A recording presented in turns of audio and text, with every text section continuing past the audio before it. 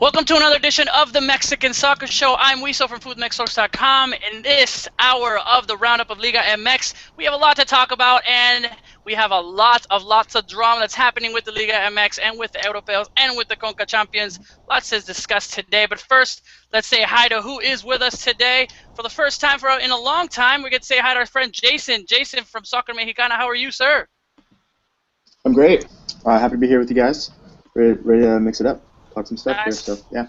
I know you were moving in, I don't know, a couple months ago. You were doing transition. You couldn't get on, but I hope that you're doing great now, and thanks for joining us, sir.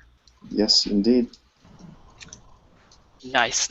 All right, going over, you know this person, Tom Marshall at Mexico World Cup. Tom, Guadalajara, how are you? Good, yeah. Happy to go to Chivas and see a bit of excitement yesterday at the stadium. You know, it was a rare thing. There was optimism in the air, and I don't think we've seen that at a Chivas game for literally a few years. It was definitely very exciting, different atmospheres coming in Chivas. I mean, I think people were at the stadium today. There was some news of people just going out there to just celebrate still. It was huge. Good to see. Good to hear from you. Over there in California, where everything is perfect and the weather, I'm sure, is delightful. Cesar, how's it going, sir? Yeah, doing well. I enjoyed this weekend. Sometimes there's 4 or 5 games that are just like utterly terrible and awful. But this weekend was good. It was actually there's plenty of good golazos. There's some good stuff from the Europeos. It was a good weekend for me. It was a good weekend for Liga MX as well. So happy about that. Definitely a very exciting weekend. I think I tweeted out. I mean, all the golazos, the drama, the teams that are winning. I know America fans might have had the best weekend like we all did, and that's what we go to Mr. Johnny Rico, who is our number one America fan for the show. But at the same time, he's wearing a Cholos, and he's look at him with his tie. Is that a Cholos tie too? No, it's just a plain red tie. I feel underdressed. I see. Johnny, what's going on? Tell us. What's going on? Well, it was not, like you said, not a good weekend for the America fans, but it was a really good weekend for the Tijuana Cholos. Big come from behind win with a last second goal against Pachuca on Friday night. And today we had an event where we presented the San Diego mayor his official Cholos jersey with the 619 number. Presented him with a ball, and it's all good fun, and the Cholos are welcomed in the city of San Diego with open arms by the mayor. That is awesome. Did he become an honorary member of the massacre? No, You didn't give him a trumpet or something and be like, no, these are the lyrics. Don't worry, you'll pick it up. No big deal. Yeah, no, I don't go anywhere near the supporter groups, the barras. Yes, for those of you who don't know, the massacre is the right. That's the barra, the name of the barra. So if you didn't know, we're not trying to Johnny's be too classy, Johnny, for that. Not even. Don't go near them people. Yeah, I actually once sat with Pancho Villa's army at a Mexico game, and That's crazy. I'll go tailgating with them before the game, but I need to be able to sit down and actually watch and analyze a soccer game. Always fun with the Pancho Villas. Always fun with the Pancho Villas army. Yeah, shout out to them. They put on a great. That time I went with them, it was a whole lot of energy in that section. Everybody was jumping and singing. It was a great atmosphere, but you can't really watch and analyze a game from that perspective. Yes. Definitely. You either go as a fan or you're going in the channel lights. But good to have all of you on this episode of the Mexican Soccer Show. We're going to have lots to talk about, especially with Liga MX and all that happened from Chivas winning, America losing at the top of the table, the relegations. Then we're going to be talking about what happened last week on international tournaments like the Concachampions and also Libertadores, and finishing off with the great game for Villarreal and the Europeos talk with Cesar that follows the column for what he writes for. So we're having a lot of fun today, especially with our chat, which it looked like there was nobody on, but I guess we got Salvador Osmane, Tony Medina, Joe Bot, always there, Guelito from Pancho Villa's Phoenix here. Say hi to him. He's always on watching us in the big screen. He tweeted us out that he likes to watch all of us in in his big screen, not just on the phone and the computer. So that's always fun. We're celebrities now. I know. All of a sudden, I saw that.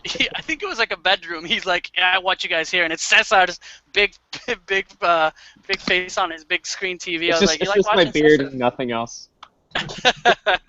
Nice. So we have a great show. So let's get to it. Since we only have an hour. So first, what I'd like to do, guys, is you're about to tweet. You're on your phone, and you're about to tweet this. Please finish the sentence. You're saying, what surprised me this weekend was ... on the Liga MX Week 8. So think about it. What was the biggest surprise for you? How would you tweet it out in less than 128 characters?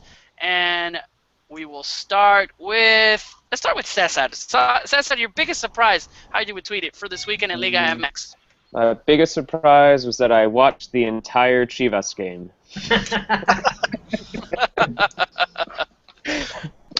Nice. Simple as that. I think after seeing that result, it's pretty surprising. So. You know, I didn't do that. I didn't watch the whole Chivas game, but that's very surprising. Tom, That's the status quo right there. Tom, biggest surprise. Biggest surprise, well, it's a bit boring. It's the obvious one, but wait up, that doesn't fit in a tweet. Leones Negros defeating America 1-0 in the Estadio Azteca. Unbelievable result. If there's like one result that this not just this weekend but the whole Liga MX season. Wait, Tom, you got it wrong, Tom. It's tweet long. Leones Negros did not win. America lost. Don't confuse the two. If there's one result of not just the weekend but all season that was nailed on, you'd have to say it was America to beat Leones Negros at home. And it was an absolutely brilliant performance from Leones Negros. And, you know, it really just drove the relegation battle. At least it's not a closed deal now. I think if they lost this weekend, it would have been virtually over for him, but at least they're still in there. Yes, the relegation. We said it last week. I think we're all like Leones Negros. I mean, I was the one that said it going into Mexico playing America. You know, everybody had a little loss there. So yeah, huge surprise. Let's go with Jason. Your biggest surprise of the weekend. Biggest surprise of the weekend was the magnitude of the sheer power of. This is a bad tweet. Motivation. Where all of the relegation contenders came out with a win this weekend. Obviously, Leones Negros being the shocker, but you know, like just the statement wins by Veracruz and Puebla, just putting up the goals, just looked pretty impressive. And then Chivas getting any win is impressive for them. So and the style in which they did it, I'd say as well. So you know, just that motivation that comes from relegation, definitely a big surprise. Just how influential it can be. Especially, you look at the standings too, and you see that Puebla, Veracruz, and Chivas are now within like the top 5 or 6 spots of the league now, and that shows like how much that motivation has come into play for those teams that need results now before the end of the season. And with Leones Negros, they were able to beat America, and because they've played fewer games, a few wins can really change and really definitely affect the amount of the points per game ratio much more so than say like Chivas or Veracruz. Good. And last but not least, Johnny, biggest surprise of the weekend for you? Biggest surprise is I'm gonna say how much Cruz Azul have fallen. I mean, they started off this league almost unbeatable. Their defense was incredible, and now they've lost 2 games in a row and fallen below the even top 4 or top 5. Yeah, that was your biggest surprise. Well, Tom already. I can't double down on Tom. I'm just messing with you, Johnny. You know that. For me, the biggest surprise is just having an enjoyable weekend of Liga MX. Just Cesar kind of said it in the beginning. He's like, watching I actually enjoyed it. And Go ahead, come to think of it, I was not that surprised with. I was surprised with the result of the America. I was surprised they lost, but I was not surprised that it was a bad game for America. I tweeted out before the match when I saw the starting lineup that Quintero had returned to the lineup along with Oribe Peralta and Benedetto, and they took out that fifth defender, and that already smelled trouble for me before the game. America had done great in the 2 games that Quintero was suspended, Yeah. and going back to that formation, I know he's a star signing of the transfer window, but Matosas got to stick with what works. Yeah, No, I mean, this is the thing that interests me about America, is that obviously up front they've got Peralta, Quintero, and Benedetto.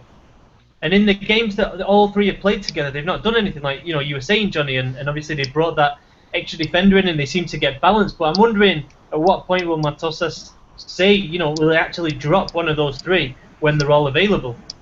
It's got to be sometime soon. And the thing with Quintero is this guy's a forward, and you're wasting his talents in midfield, and he's not producing anything in midfield, and he tries to push up, and then just ends up clashing with both Benedetto and Peralta, and doesn't do his job as a midfielder.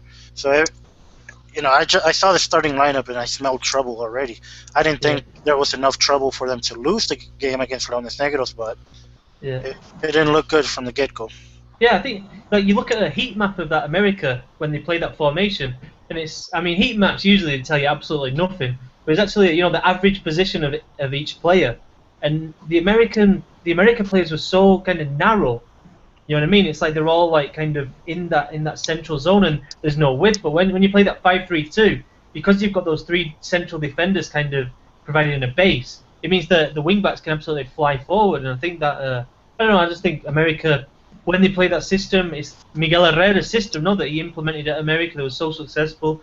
Still some players there that are used to it, but I just think they look more balanced. I think that's the key word. They're just balanced when they play that way, and they haven't looked balanced. They didn't look balanced against Leones Negros. They didn't look like they didn't know how they were going to score a goal, if you know what I mean. They struggled for ideas, which is really weird considering the amount of talent that was on the pitch. Yeah, I asked you guys, was it a good loss for America during the middle of the season? Coming from a win, in Saprissa, I felt like the game was so elevated, and even all of us were just saying how easy this win was going to be. The shock value, obviously, but what happened to them last year when they were winning everything, and then towards the end of the season, they were just not playing that attractive football. They didn't win against Pumas, Cruz Azul, Chivas. For some reason, this might be a great loss for them. That way, they're back on track on what does and what works. Johnny, since you're an American fan, you see that. Was it a good kick to Matosas, kind of saying, hey, you can't just do everything and steamroll everybody? Yeah, and I thought that he'd learned that lesson with the loss to Xolos and the draw at Morelia, and he tried to steamroll them in those games, and then when he didn't have Quintero and brought on the extra defender, I would have thought he noticed how better the team performed, but I hope he picks up that message pretty soon. But I think the caveat to that as well, what Johnny's saying, is that I think that Matosas obviously has his ideas. He's only been in the job a couple of months, and I think that he deserves the benefit of doubt to make this system, as obvious as it seems to us, watching the game from afar and kind of trying to analyse it. I think he does deserve a bit more time to see if he can get those players that we were talking about working and the attacking fluidity really functioning for America. And I think the thing to keep in mind, actually, I was about to say it, but I think someone just posted it right now in the comments, right now in the chat, is that they're still doing well in the season. They're in third place. So I think it's just a mistake, and this happens even to some teams are having the most perfect season, is that they have these losses. Sure, it is against Leones Negros, but Leones Negros have a huge amount of motivation going in because they were at the very bottom of the relegation table. So of course they're going to want to come in, and after that goal, they just defended as if their lives depended on it, because they really did it as if the team's life depended on that, because they may not be in the Liga MX next season. So I think I don't think it's a huge worry for an America squad that has done really well so far this season. It just adds the drama to the Liga MX. That's just always fun about that. So no matter if you're thinking about it, the good thing about Liga MX is that you have the ability to experiment a bit. I mean, you only have to finish in those top 8. Matosas and American can take a couple losses, try some different lineups. It doesn't work.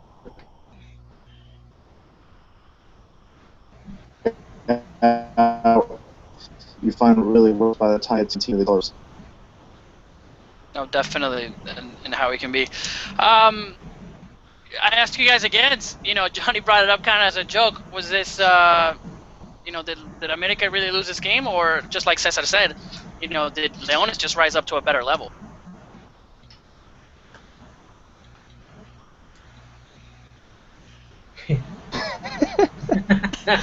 No answer for that. Or are we having some troubles with some internet problems here? I think America have got the problem. The team isn't working when those players are playing. I just don't think it worked. And I thought Leones Negros played absolutely out of the skin. I thought it was an unbelievable performance defensively. You look in the gap between the teams, America had a lot better time, player for player. But Leones Negros, like Cesar mentioned, it absolutely defended for their lives there. And playing like that, you will get results, and deservedly so. I thought they were exceptionally good, and it really does open up the relegation battle again now, despite the other three teams winning. Oh, definitely. One thing that I would like to mention really quick is Oribe Peralta injury. I know we don't have to go through so much, but I guess that's one thing about the Liga MX that they haven't gone down. I don't understand how. Obviously, he was back. It isn't the player's fault, and I'm sure they're getting a lot of crap for it in around the leagues. But looking at what happened, is the team doctor, or do you guys know, is the team doctor the ones that make the decision like the NFL and like the Premier League, or is it the player? If they like to keep going out there, I thought that it would be a little bit more professional. I really don't know, but I think it's kind of ridiculous if a player gets hit that hard. I think it's just completely idiotic to not have him come off the field and have a doctor check him out. Like I don't know, you see some of the stuff that's happened to those NFL players, who've been hit in the head, and then it obviously has some really bad repercussions, in their lives afterwards. And I don't know entirely who's in charge of the decision. I assume it should be the doctor, but I think when a player like Peralta, when he gets hit that hard, he's got to come off the game. Even though America are needing that goal, it's just for his personal safety. He should be on the sidelines and being checked out by a doctor, and should have gone to the hospital earlier probably too. So yeah, he said in realidad no sabía dónde estaba. That's what he said today. Like in reality, I didn't know where I was. It's like, well, you can't be playing football then. You know what I mean? So, yeah. And I think it's. He was the one that wanted to come back, right? Yeah, but that's not the point. That's not the point. Yeah. Yeah, but he didn't know where he was. He didn't know where he was. He's like, I want to go. I don't know where I'm at, but put me in, coach. Yeah. And I mean, it should have been off the field, and I think something is, it's there was a rugby game in Europe in yesterday, and an England player got ruled out 3 days ahead of the game because he had a head injury. And I think that a sport like that is dealing with these problems a lot better than without doubt, especially in Mexico. Oh yeah, no, I mean in the NFL, as a Cardinals fan, when you have some kind of concussion, they have 3 tests during the week. If you even fail one of the 3 tests, and they're specific, you cannot play until you pass 3 of them consecutively. So that's kind of, if you remember Chicharito at Manchester United in the first season or second season, he was out for a month after that. I mean, Manchester United didn't take any precautions. They took all the necessary precautions. He was out for a month. Even us fans were like, come on, he's okay. I mean, but at the same time, it's pretty serious for him to come back and saying that. So I wanted to bring that up a little bit. I think, the doctor should make the last call regardless. And I'll try to do a little research on the actual rule on who can stay if the doctor ultimately has that. So we'll see that. But moving on, really quickly on the chat, when I asked, surprise, what was the big surprise of the weekend? We got some great responses from the chat. First one from Andres Villanueva, Chepo smiling. That was a big surprise, which is very... I didn't see him smile. It's very true. He was a little giddy, happy, kind of like, we haven't seen that happen. Turco getting his ass handed to him. That was very, it was a surprise of having that. Puebla, Chivas, Veracruz, and UDG winning. De Nigris obviously scoring again.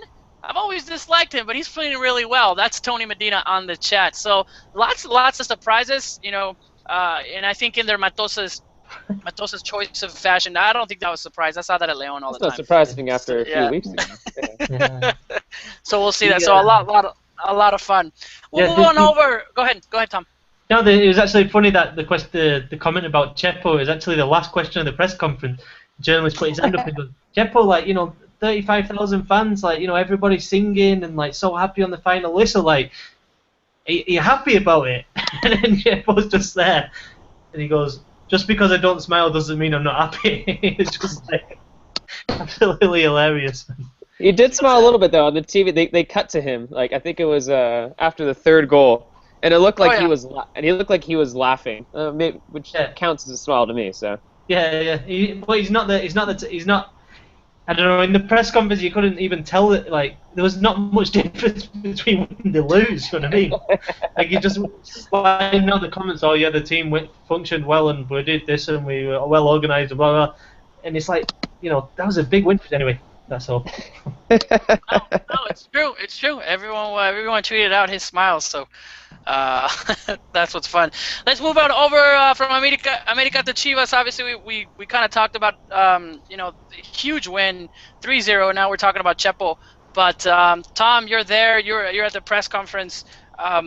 Obviously, the atmosphere. And there's the first thing you mentioned was the atmosphere that's there.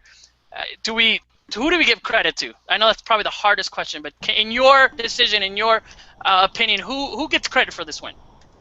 This, I mean, everyone. I mean, the fans turned up. I mean, Chepo put out a good team that worked, and obviously the players played very well. But I think the biggest thing for this win for me was confidence. I mean, even in the first 10 minutes, it was the first time for a long time that I've seen Chivas actually play the ball like well, with confidence, and not scared of making the mistake and going forward. I mean, not kind of rational moving forward and creating chances. And I think that all came from the win last weekend against Cruz Azul, where they were 1-0 down and all 2-1. So it was a turning point, or potentially it was a turning point. And I think Sunday was confirmation that kind of, I think it's kind of the players kind of realised that, player for player, Chivas are one of the best teams in the league.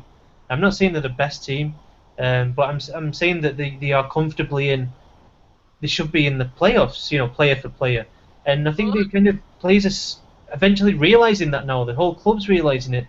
And I came back home, was walking down from the OmniLife to my car, and there is a real feeling in the air of optimism, and people like shouting Chivas, and driving home, and you put some lights, and there's some kids hanging off the back of a pickup truck, and they're all chanting Chivas and singing songs and stuff. Then pull up to my house, and the neighbours' kids are outside on the doorstep, and I knew they liked football, but I never knew which team, and they're all there in Chivas shirts. Yeah. You're right about it. I mean, they are one of the top teams. I mean, they're in the top 5 out of everyone in a saying they're doing well. I said this in week 2, just making fun of America. Hey, Chivas and America have the same points at 3. Now 8 weeks later, they have the same points again. So they're having a pretty good season so far, especially talking about relegation. So you're right about that. Cesar, thoughts on obviously Chivas and what's going on? Who do you give credit to? I know Tom kind of mentioned everybody, but I'll just go ahead and say it. When is Chepo getting the credit? I mean, I want to give Chepo the credit, but the thing is for weeks, he has been the reason why they haven't been doing so well. All like right. Tom said, they do actually have the talent. They do actually have the talent, but Chepo, what he decided to do is he wanted to have the team sit back.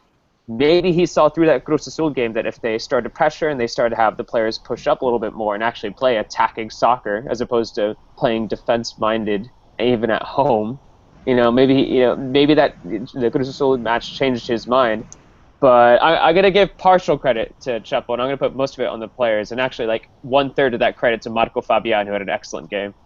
Yeah, I thought Fabian, I thought all of them. Brizuela as well played well. He was dangerous. I thought Fierro was very good as well. So he's only 20 years old. I think we forget about Fierro. I've been critical of him. He's played 87 games in the Liga MX, and I feel like he's not impacted enough of those games. But he's only 20 years old. And I think yesterday gave a reminder of, this kid's still got a lot of talent. And the other one that I think is worth pulling out for the Chivas, who, hearing a little rumour here that Carlos Salcedo, the centre-back, may be a call up to the El Tri in the March friendlies.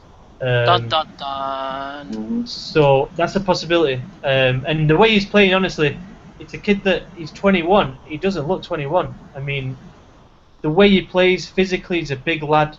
He's shouting at the defenders. He's shouting at Pereira. He's shouting at Salcido. You know, he's really got a lot of confidence, and I don't know. I mean, I don't know how Real Salt Lake let him go, to be honest, because he looks absolutely the real deal at the minute. Yeah. Yeah, and I was, I don't know, like, one thing I would say about this game, too, is that I was a little, I don't know, I think the way it was officiated had a lot to do with the way it turned out as well.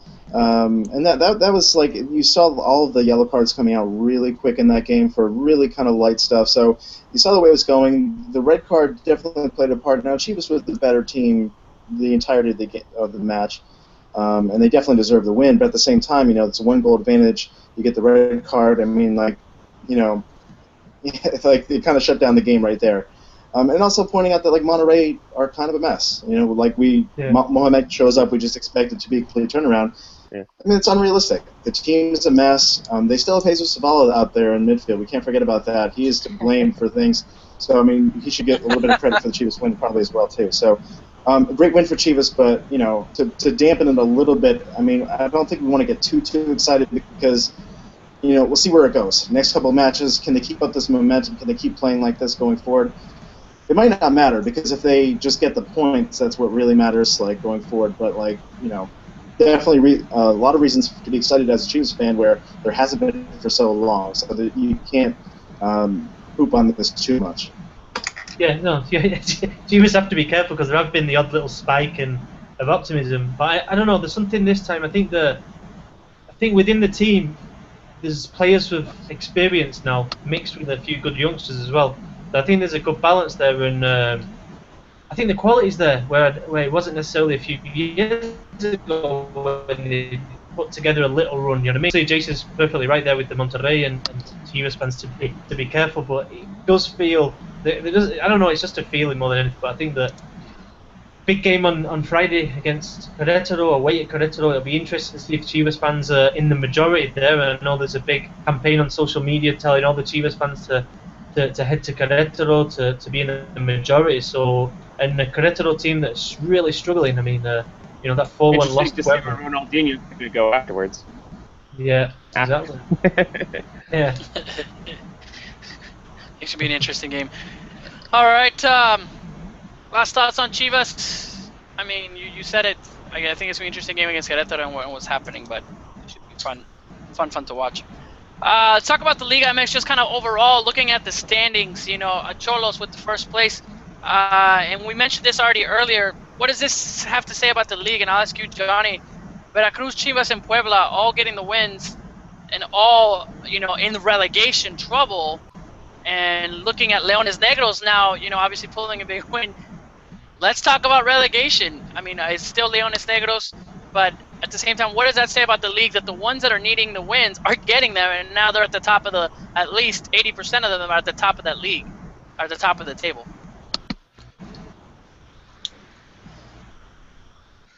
Mr. Johnny. Or Tom. No, go ahead, Jason. Go ahead, Jason. I think it speaks to the fact that the regular season is much more meaningful to these relegation contenders than it is to anyone else at this point. I mean, these teams desperately need these wins, and these other teams don't. So you're looking at teams like Leones Negros, who, like, going into that match, and this is kind of mentioned before, but I mean, they need that win more than anyone needs anything. In America, coming back from Concachampions League, you know, it's not essential. They're going to be in the top 8 at the end of the season. Puebla just absolutely killing it, where you look at the team, and you can also say the same for Veracruz, where you look at the rosters, you look at these teams, and you think this is going to be a struggle for them. Where are the goals going to come from?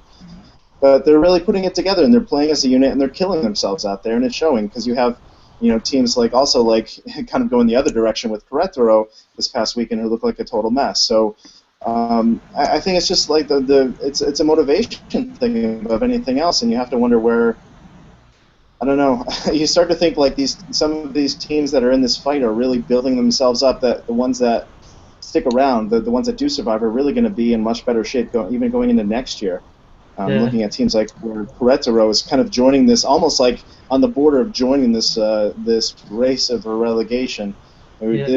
Crazy things would have to happen for them to be relegated this season. But looking at next year, and also I would say like the new team that comes in. From the Ascenso next year is going to be faced with a stiff challenge because of all these teams really stepping up this season.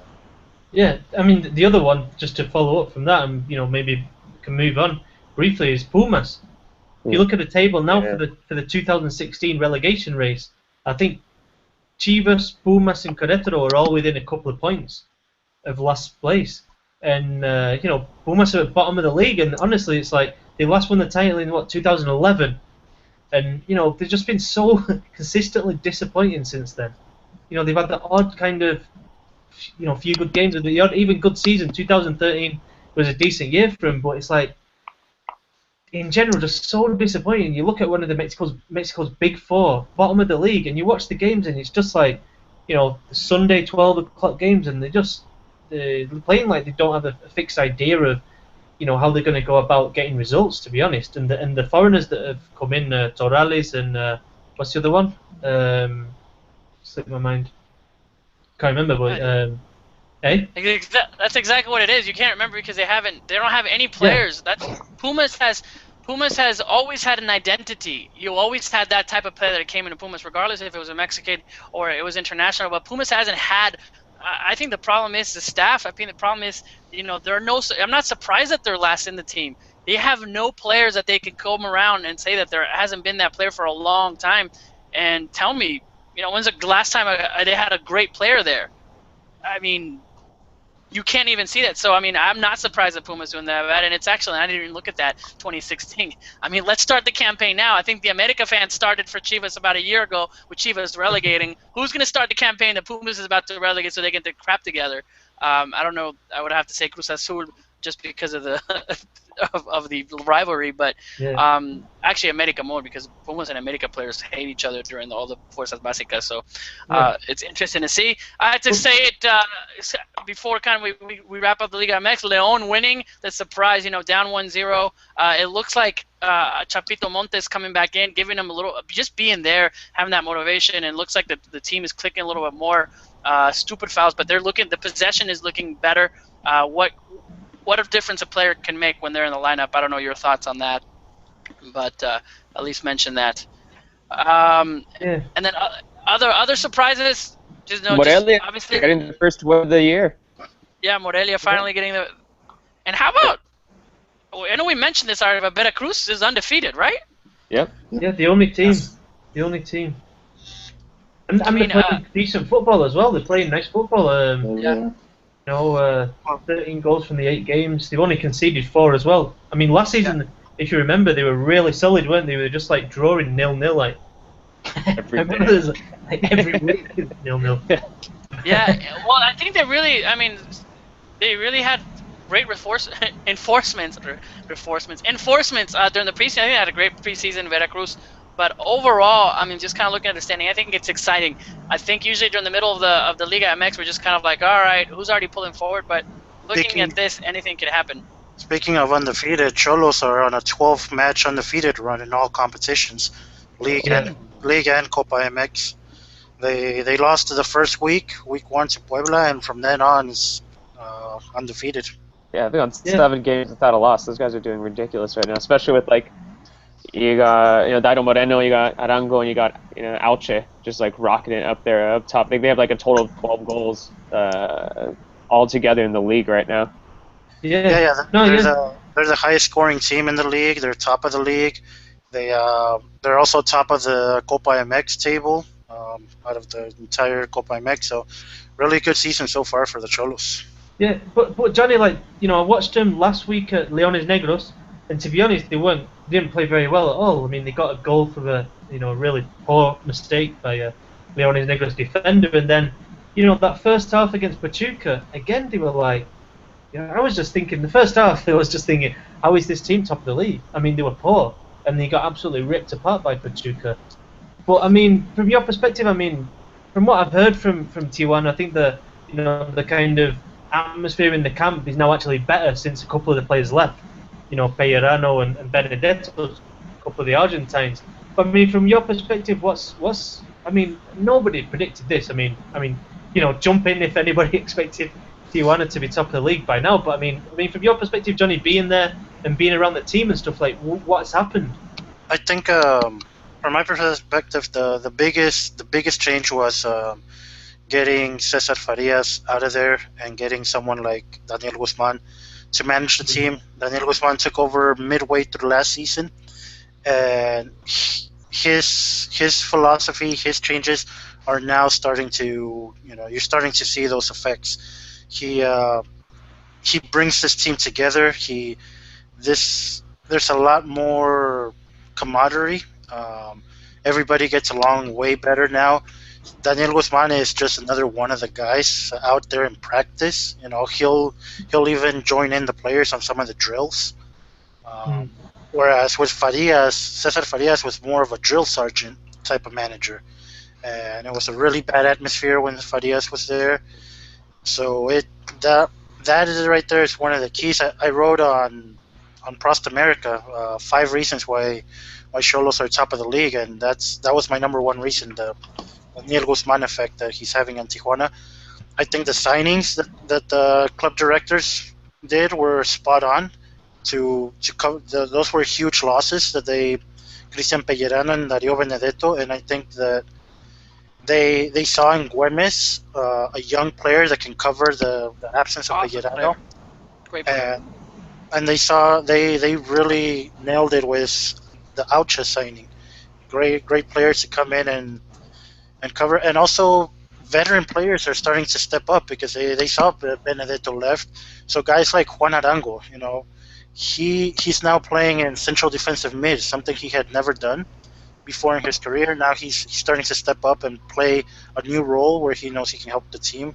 Dairo Moreno is, now the spotlight's all on him and he's taking advantage of it. So it's different little combinations that have Tijuana up top of the league. It's At the same time, I think it's probably fair to say that without the red card in that match, we're probably not. That's not probably the dialogue we're having this week. Obviously Tijuana is still going to be up there, but that's another game this weekend, along with Tigres and Pumas, that was affected by red cards. And a couple seasons ago, I went through and kind of did some stats work and kind of kept track of how just the frequency of red cards in Liga MX just being really high, and seeing that 4 games had red cards this week was a little shocking. So hopefully that's just a blip and not a trend of returning red cards. Because I think they've been down a little bit this season. So I'm hoping that returns to form, because some of these results I think were a little skewed this week. They're exciting. There's exciting results here. Bring on the red cards. I'm all right with that. I'm not getting suspended. They are. The refereeing issue in the league is a serious problem, but it's just bad all around. I mean, Pachuca's second goal shouldn't have counted. That was a clear offside position. Maybe the red card was a little harsh to Mosquera, which the disciplinary commission took away that red card, and Aquivaldo will be able to play next game for Pachuca. I think he'll be there. So it's really bad for all 18 teams.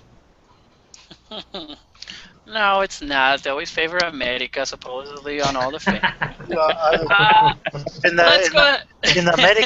the America game, there was 2 clear penalties that were not called for America.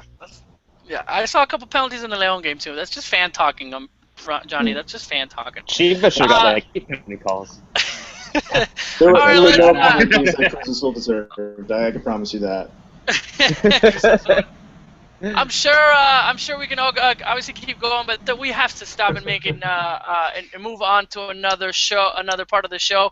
Lots to talk about Liga MX, which is really good, because usually we have let's go over Liga MX and we just talk about 2 teams. So it's great that we can keep going and talking about all the things that are happening. To end this segment, next week, most exciting game for you, or obviously the league. What are we looking at? Whoa, gotta check out the schedule first. Let's see. I mean, you mentioned Querétaro Chivas. Obviously, I think the Rey Midas touch. Yeah. What was that? The Rey Midas touch. I mean, looking at that, having a great week, and then now obviously being down. How can you score 5 and then you get 4 in there? So it's probably a fluke coming in. But what are we looking at the schedule? Let's see. Pachuca America on Saturday night. Yeah, Pachuca that's America going to be the marquee game. Yeah. Yeah. Is it because America just lost, or because they really think of an exciting football? Because it's Just one team to watch. the two representatives in Concacaf Champions League. True that. That too. And Monterrey Toluca should be pretty good, and also Santos Tijuana. Yeah. Tijuana will be put to the test. They've picked up important points on the road, but still the road is not one of Tijuana's forte. So Yeah. it'll be an important test.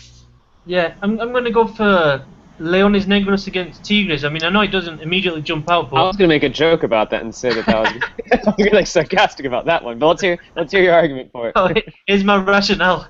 Okay, so Leones Negros, if they can win that game, pick up the 3 points, even regardless of the other relegation candidates, what they do. The week after, it's Chivas against Puebla in Puebla. So it's guaranteed that one of those is going to, if they can, I mean, they really, really need to keep winning Leones Negros, and that's why it's important. Yeah. If they all win right now, if everyone wins their own game, who gets relegated? Is it Leones Negros? I think it's Puebla. Puebla, right? Yeah. Interesting. But just like Tom said, Puebla facing Chivas, it's impossible for all teams to win all their games. Yeah, and I think Leones Negros, I think Cesar wrote, didn't you, Cesar, who've Leones Negros got? They still got Veracruz and Puebla, is it? I think so. Yeah, they still have Veracruz and Puebla to take on later on. And I think talk about those relegation teams. Speaking of Puebla, I think Puebla are going to be well. I think they already had. Let's see, who did I write down that they already took on? Yeah, Puebla already took on Tijuana, Veracruz, America, Cruz Azul, and Tigres. Can you imagine having that? Those are their first 5 games, so they'll be fine after this way. After those 5 games, I think it's gonna be easy for them to get out of this. Interesting. I don't know. I don't think it's going to be easy for them. I mean, it's all going to depend on what Leones Negros does. Because even with, because draws might not be enough at this point. Leones Negros get a couple wins, and they're going to skyrocket up in that percentage. And, are they going to jump? Is Puebla going to jump above Chivas, even with an easy schedule? I don't know. Like it's going to be ugly. It's going to be ugly coming down the stretch for these teams. Jason hit the nail on the head there. I mean, Leones Negros need to. If they can get another couple of wins in the next couple of weeks, then I think it's on. I think right now, as we're looking at the table, I think there's 9 games left. I think Leones Negros. I'm doing this. I don't have the numbers at hand, but I think it's like they've got to get at least 4 wins or maybe 5 wins within them 9 games, and I still think it's going to be very difficult to get them to be able to get that for Leones Negros. All right, I always ask tough. I was actually tweeted this out earlier today, but you guys should find it. Medio Tiempo, they actually have a calculator for the relegation squads. It's pretty cool, and you can just punch in the results, and they'll let you know how those squads will do by the end of the season. Yeah, so it's definitely fun to play around with that. Last question on relegation, guys. I know I always ask the tough ones. There's no spin zone here. Tom, Cesar, Johnny, Jason, who should be relegated? I have a pretty clear answer to that. Other than Oh, really? And it's not what you guys think. I think that if you had a chance to choose, if I had a chance to choose, I would choose Veracruz because they did not earn their way to First Division. They bought their way by buying La Piedad's promotion. Yeah. So if I say deserve, I say Veracruz. All right, Tom? I mean, for me, the relegation would be the worst team over the 2 seasons in terms of points. So, I'd have Pumas there, and I think the team that it would be is Morelia. Yeah, it'd be Morelia and Pumas fighting it out, I think. Jason and... I think Johnny has a good point. I think Tom's probably right in saying that the most recent seasons probably matter, but at the same time, Leones Negros can handle their business. They can get out of it. So if they don't get the points here, I'm not going to cry for them either. I imagine Jason crying. That's why I'm laughing. I will not be crying in this podcast, is what I'm trying to tell you. But immediately afterwards, yes. Yes. Puddle on the floor. For me, I think I agree with the Morelia statement. They've been pretty awful, and it's just Yeah, really that they literally just got their first win, of the season, over the weekend. But I think if we're following by the rules of what's currently going on, it's just definitely Leones Negros, and they haven't done well at all this season. And outside of that result against America, they've been pretty bad. Yeah, I think we're looking at over if it's this season or last season. They don't fit in the Liga MX. But look at Puma, and Morelia. So we'll see what's going on. All right, guys. Well, good segment on Liga MX. We must keep going to keep this show going. We have around 10-15 minutes to go. Really quickly, Cesar, anything on the chat worth mentioning on what's going on? I think they have some funny discussions from just Chicharito taking over the team in 2022 because he's been on the bench, so he knows everything the coaches are going to say. So a lot of fun things that are happening on the chat. Actually, you told me to check that out, and then I kind of forgot. So actually, I haven't seen too much. But I did see some pretty good talk about Ronaldinho and him going out and partying, obviously, because those photos surfaced of him out in Cancun after the recent loss. There's nice. There's some surprise. Some people are surprised that they actually agree with something I said. Very nice. I think that's a first. Yeah. Actually, I was laughing in the middle of it because somebody said, "Is Johnny Valet?" With the red jacket. Always fun times at the chat, guys. Let's switch it over. We talked about the Liga MX. We got relegations really quickly. We went in and obviously discussed the detail of Concachampions last week for America winning in Saprissa, and obviously, and also Atlas winning. What was more surprising? Not surprising, but what was the better result? Even they both win. Atlas winning in Libertadores, or America getting that win at the Saprissa? Based on importance, I'm gonna say the America win, but the most surprising was definitely the Atlas. I mean, after losing your opening match at home to a Colombian team, you don't expect to travel to Brazil and defeat the reigning Copa Libertadores champions, Atlético Mineiro. So that was very surprisingly, and it's also important for them because they dropped 3 points at home, and those points are very important. Now they've kind of made up for them with 3 points on the road. Yeah. On the America, three away goals. That pretty much. I think that sealed the entire quarterfinal series. It only took 6 minutes for 3 goals, and the series is over. Yeah, I'm good. Definitely with Atlas. I mean, what is it, like the 6th time ever since Mexican clubs entered in '98, and it's only the 6th win in Brazil. I mean, what a result it was as well. I think they were Atlético Mineiro were champion in 2013, but I mean, they're still a big team, and what a result it was, and what a performance as well. I mean, it really was a mature performance. It was like the opposite of the week before when they lost 1-0 to Santa Fe. But it was interesting what you were saying. I think last week we saw about quite recently how they really thought that they've got a good chance, and that was a great game. I mean, I know America won 3-0, but for most of that game, you didn't know which way it was going. And I thought Moises Munoz was unbelievable. But that was America. That was such a demonstration of basically the spending power in it, because they've gone out and bought an amazing attack, and they've just annihilated Saprissa within the space of like 10-15 minutes there last week. Yeah, no, I was very, very, very proud. I mean, looking at I know a couple of people from Costa Rica that's in the press, just kind of tweeting back and forth and messaging. And during the first half of the game, I was tweeting out, America looked scared. They weren't in there, but I kept saying, this isn't the team. When are we going to make these changes? When are the first, the first team going to come on? I mean, Matosas doing those 3 changes, defense, mid, and then obviously Peralta coming in, just changed the game completely. Went back and was able to score those 3 goals in 10 minutes, and it was a totally different game. I think it was just to show.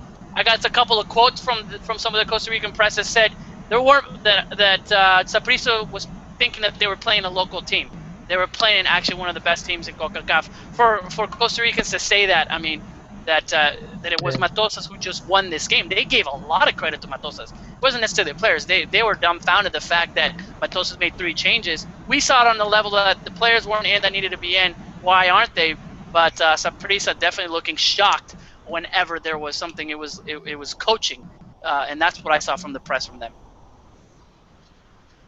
We definitely. Oh, Tom just literally just typed this in. Everyone's typing exactly what I'm about to say. This is ridiculous. But we gotta bring up the Pachuca 2, Montreal Impact 2 game as well. That was just a poor showing from Pachuca. I mean, you got to give credit for them in the second half for coming back and coming back and finding their way back to the tie.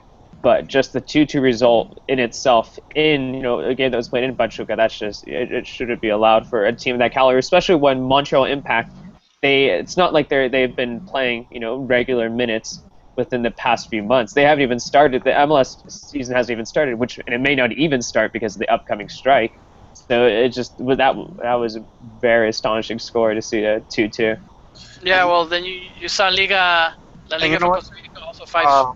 Montreal Impact. They, before facing Pachuca, they went on a little mini tour playing in Mexico. They had a friendly against Cruz Azul.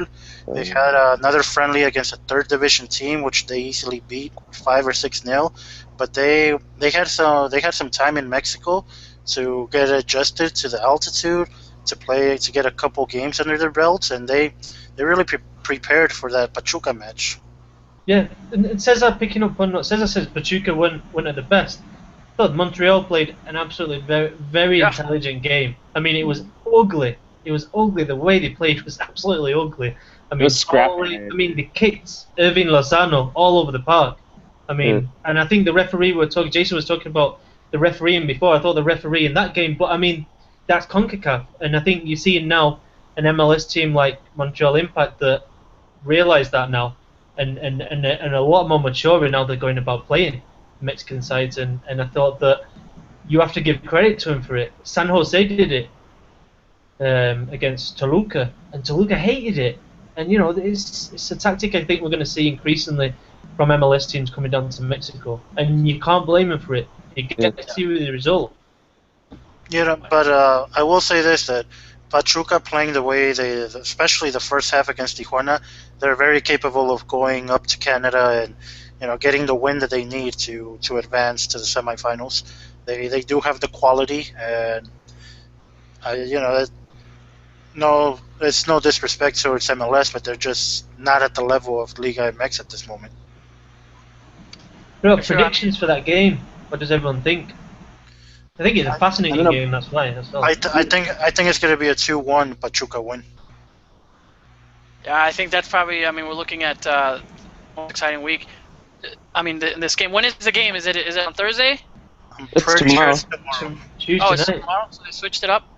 I haven't looked at the game, but even the DC United, the Liga, from the La Liga versus DC United, that 5 goals, you can definitely see that they're not in form. So we'll see where it's going.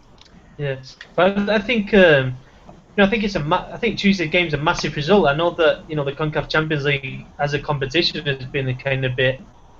Sometimes it's diminished. You know what I mean? And I know even MLS clubs don't take it that seriously. The Liga MX clubs don't. But I mean, Pachuca rested players last weekend against Cholos. They want to win. They're going to want to win. And I think for the prestige of imagine if Montreal win. You imagine the press in the US. They're going to be absolutely. Oh, is it the turning of the tide? Blah blah blah blah. You can just imagine it. I don't know. I think it's going to be a really really good game. I mean, I think there's going to be over 30,000 people. It's in the Olympic Stadium in Montreal. So I think it's going to be a real big event and a big test for Pachuca. It really is. And I don't know, like Johnny said, if Pachuca just turn on that switch for 10-15, like America did in Saprissa, and Montreal are a bit more adventurous and they do come out a bit more and leave a bit more space, then you can see Pachuca kind of liquidating them like that. But maybe Montreal have a trick up their sleeve and they'll just sit back knowing that the 2-2 draw and they're through. See, I think I worry about the Pachuca a little bit in this one. I worry about them going forward because I think they definitely can bang in a few goals, but I worry about them in the back. I think they're just a little sketchy in defense, and I think we've seen it in the league, and we saw it in that match where they leave a lot of big gaps in space when they're pushing forward, and they can get in trouble. And I worry about them in that away spot traveling and giving up some goals. And it'll come down to, I think, whether they can capitalize, because they didn't capitalize in Estadio Hidalgo. They should have had more goals than the two. They definitely had the opportunities to do so, but are they going to be able to capitalize? I worry about them. They're definitely the better team, but I don't know. I'm a little nervous. I'm a little nervous with them. Does anyone know if Burrito Hernandez is back? Because I just feel he's such a vital. Like Jason was saying there, they look really open, but he's such a workhorse, and he kind of really plugs those gaps. And then they've got Eric Gutierrez next to him, who's a bit more of a player. You know what I mean? More of a passer and stuff. So, don't know. Is he back though or not? He's been injured the last couple of games. I'm not sure. They said that they could. The last time I read about Burrito Hernandez said that he could make it. Nothing has been confirmed already for this match. So for me, that could be key. If he's back and Pachuca put out the best team, I think the slightly favourites, even though it is in Montreal. Yeah. All right, guys. Well, that kind of ends it this segment of the Concachampions Libertadores International Tournament. It's an exciting week. We'll see where we're going. Hopefully, we can still have the two teams that we have go further. Does anybody know whoever wins, who they face? Do we have the two? There's. Is it? Yeah. I don't have it off the top of my head, but I know that the Liga MX teams can't meet to the final. Okay. All right. Definitely. So I think it'd be exciting to see if America does win. If America wins, Johnny, do you know who they go against? Not off the top of my head, no. I think it's Olympia or Herediano. Okay. I can. We don't know. I think we can. Olympia and Herediano on the other side. And then if America beats Saprissa, they'll face them. And then if Pachuca beats Montreal Impact, they'll be taking on the winner of the Alajuelense or the DC United. I think that's all right. Good. All right, let's talk on El Tri Europeos quickly. I know the show's about to end, but obviously on anything on El Tri news, obviously we already have 1 month away before the first match against Ecuador. It'll be exciting to see. It is a FIFA match. Exciting to see what players Piojo brings, especially the Europeos. Will Carlos Vela? I think Carlos Vela will not be in time for it, from what reports have been saying. But other than that, we'll be seeing Tecatito, Jonathan Dos Santos. It'll be exciting to see him in the Ecuador game. I know some of you guys will be there, so I think that's exciting. But that'll lead us to really quickly on the Europeos. How big was that Villarreal? The Cuatro Dos Santos, Los Cuatro Santos, Dos Santos, however you want to say it. Coming in, I mean, I was on the radio doing a radio show, and I didn't even pay attention, and I was watching the Villarreal match. As soon as Gio comes in, I felt I was a little upset on the very first goal why he didn't take it one-on-one. I would think Vela, I would think Chicharito, I would think any other striker would have that, that fuerza to just go in and take it, but he was able to pass it off, and very next, 5 minutes later, he gets the return. How big was it on a confidence boost? Too bad we don't have Naib, who follows Gio, but at the same time, how big was that win that tie for them? Sorry, the win for them, obviously, but for the Dos Santos brothers, because that's all everyone talked about. You kind of had it right there, didn't you? You accidentally said win, but it was a tie. But that's kind of how it felt like for Villarreal, being able to get a tie against Real Madrid at Real Madrid's home stadium, and I believe that was the first time that Real Madrid had tied a game at home. So that's massive for Villarreal, who are still, they're one of the top teams right now in Spain, but they can slowly sneak their way up the spots with huge wins like that against Real Madrid. I think from the Dos Santos brothers, I think Jonathan actually was a better player. He was subbed in, and he kind of calmed things down in the midfield, and like he has done in the past, he's proven to be a great distributor of the ball, and that's exactly what he did against Real Madrid, and it was pretty impressive. The way, especially against a squad of that caliber, just how calm he was in the midfield. So that was definitely a standout player for me. And of course, you got to bring up Chicharito, who came on during the last 10 minutes, and everybody was of course making jokes because he had a little bit of a beard going on in the game. But yeah, he came. Yeah, he was trying. There was something going on. But he came on. It looked like there may have been a penalty call on him. I personally don't think that it was a penalty, but I think a lot of us are biased and think that it was a penalty call. And it was strange to see him too. I think that was the first time I've ever seen Chicharito a little angry. He almost got into an argument with one of the defenders. and from Villarreal. It was very strange. But at this point, I guess it's a positive thing just because Chicharito just got 10 minutes on the field. Mm. Yeah, it's not I've the seen best. I've seen him get a little angry when he doesn't get any playing time. I thought in Manchester United when he scores, he was like, what else do I need to do or whatever. But if we remember, Yeah. anyone else in the Europeos talk worth mentioning? I know obviously Tecatito doing what he's doing in Eredivisie, but Guardado, which a lot of people in the press saying that he is the best player, one of the best players for the team in almost every showing. Yeah, I think just quickly going back to Villarreal, I mean, in the Europa League last week, I mean, Giovanni Dos Santos hasn't had the best season. I think he's still not scored in La Liga, but in the Europa League, he came off the bench, he got an assist and scored a goal. So I thought it was a massive boost for him, and I think that's one of the reasons why he probably got the start against Real Madrid. So it's good to see him at least getting back in there and doing his thing. Tecatito, I can't wait to see him again in Mexico. We saw him against the Netherlands in Amsterdam where he came off the pitch and immediately put that amazing ball through to Carlos Vela. So, he's got I think he's going to be a fixture for many years to come, Tecatito, and I just hope he doesn't rush his career. I hope he doesn't jump instantly to a Premier League side or something where he's not guaranteed to get minutes. I think he's all right where he's at now. Guardado, obviously he's had a great season, but it's been a disastrous week. I mean, they've gone out the Europa League and really, it was a flimsy performance by PSV over the 2 legs, and then they lost to Ajax at the weekend. So not the best for Guardado. What else? I think Herrera, he got an assist over the weekend as well. Yeah. And other than that, Layun's had some good play. It looks like we haven't seen, at least from the only thing that I read, is just I don't know if he's just doing his job. Nothing's bad, but haven't seen the same praise that I've seen in the first 2-3 weeks that it was in. I don't know. He was doing really well, but the thing that it was unfortunate was that I think Watford were down, and Layun was subbed out early in the second half, and as soon as he was subbed out in the second half, Watford ended up scoring 2 more goals. So I guess the only negative is that he wasn't on the field when Watford, were getting those game-winning goals. Yeah. You don't want Watford to score while Layun's out. Damn it. All right, guys. Anything else on the Euro wrap-up? I got one more plug. Not like one more plug. One more thing about the Europeos.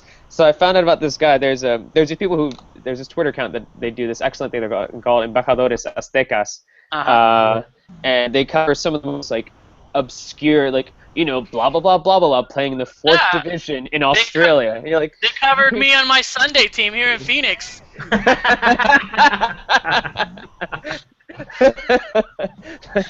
But anyway, there's this guy. His name is Cesar Romero, and he's from Tijuana. Not the Cesar Romero who used to play the Joker in the old Batman movies, but he's this 25-year-old guy who used to play for Chivas USA, and he got sent over to. He's in Armenia, and he's playing the Armenian Premier League. And right now, he's scored 17 goals in 14 games right now in the Armenian Premier League. It's ridiculous. This guy, he used to play for Chivas USA in Tijuana, and that the guy's second best in the league has scored 9 goals. Not saying we should be calling him up. Call him up. Call him up. Call him up. You saw how Cubo Torres just made a huge splash, and everyone's in the MLS. I mean. Yeah. We gotta be. That's hilarious. Great find, Cesar. Great find on that. We gotta make sure we keep him up with it, and maybe we'll get him on the show. All right, guys. Pulido. Oh yeah. Pulido, who got the okay from FIFA, but what's going on with that, Tom? Well, he just got the temporary pass. When you say temporary. I mean, does that mean they're going to take it away? Yeah, it's provisional pass. I mean, he can play, and they're going to continue investigating the case. Okay. It's just a temporary measure so that... Go on, Johnny. But isn't the Greek league suspended for violence? Yeah. I mean, that's the. So he's allowed to play now, but the league he's going into is suspended. Yeah, I mean, it's quite interesting actually. I mean, it's sad for the lad. I mean.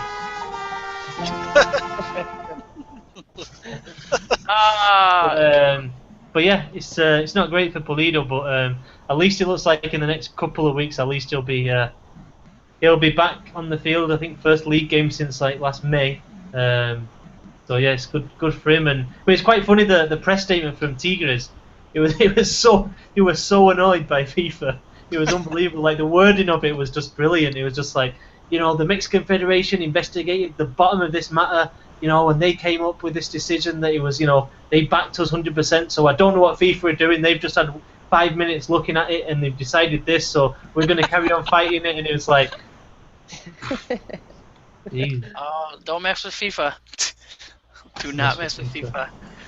Don't mess All right, with guys. Don't mess with Tuca from Betty.